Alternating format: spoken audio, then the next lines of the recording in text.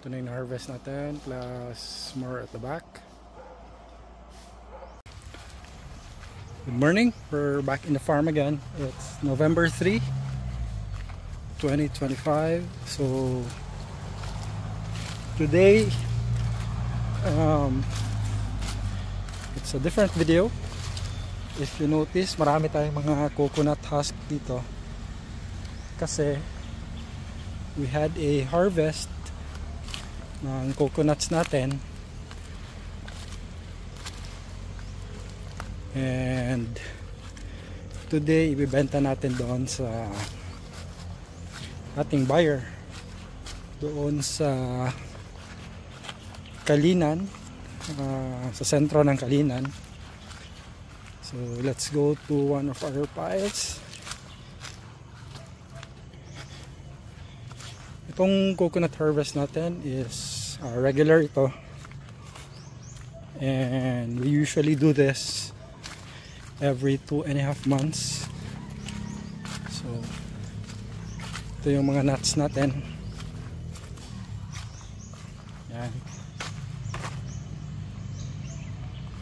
So ibibenta natin siya today.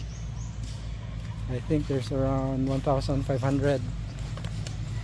nuts na harvest natin, estimate. So let's see how much yung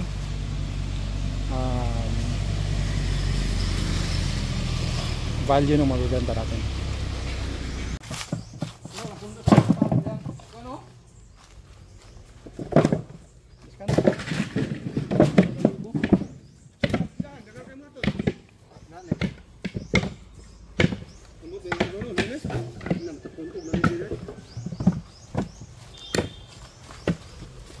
Traffic good.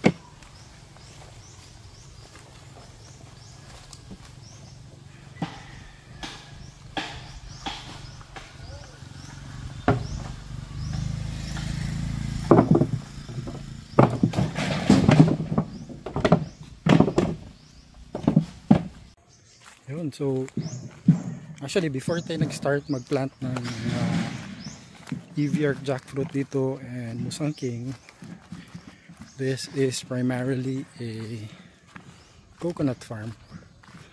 So as you can see, this property is full of coconuts. Yan. So ito yung primary crop dito. This is what sustains the property, yung mga expenses natin. Dito kinukuha sa sale ng ating coconuts. Hindi na tayo nagkukopra dito, we just sell the nuts as is. Natanggalan lang ng husk, ng bunot, and then we sell it directly. So we have a regular buyer, meron tayong suki dito. We're also the ones who pick up the nuts, so we don't have to deliver it to them. So I think there's a little bit of price difference if we're the ones going to deliver the nuts to them. Medyo mas mahal yung kuha nila ng konti as compared to if they're the ones picking it up sa property. Actually, it's more convenient if sila na lang, diba? Kasi nga wala rin tayong truck na pwedeng makapag-deliver doon. So I'd rather sila na lang ang pipick up dito. Mas easier for us, mas convenient for us. Okay, ngayon dinala na yung mga coconuts natin doon sa buyer, and let's go, puntahan natin and see how much yung sale lahat total. Okay, let's go.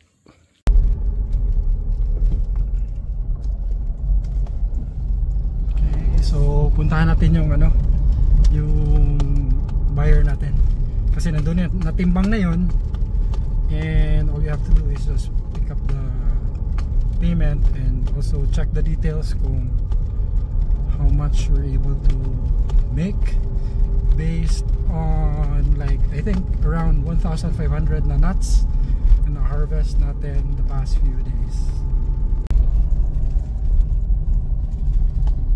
Okay, we're almost here sa buyer natin.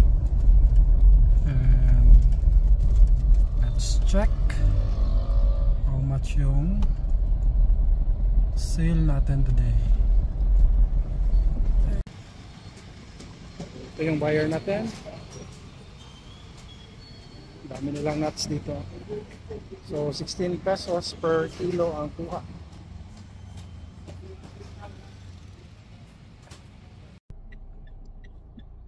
Okay, so let's check kung magkano yung benta natin sa ating harvest na coconuts nyug natin. So right now ang kilo is 16 pesos per kilo, and meron tayong 1,660 kilos total. Okay, so what they do is tinitimbang nila yung truck before picking up the harvest, the nuts, and then tinitimbang nila ulit. So and then dinidivide na lang. So right now yung, if you can see here, it's 1,660 kilos yung total na weight ng ating nuts. So 1,660 times 16 pesos. Okay, so it's 25,600 plus 180, so 25,780 pesos ang total na sale. Okay, so yung deductions niyan is basically for every 1,000 na nuts na harvest, you pay 600 sa nagsusungkit, and then another 600 sa nagbubunot, yung dehusking. Okay, so another 600 sa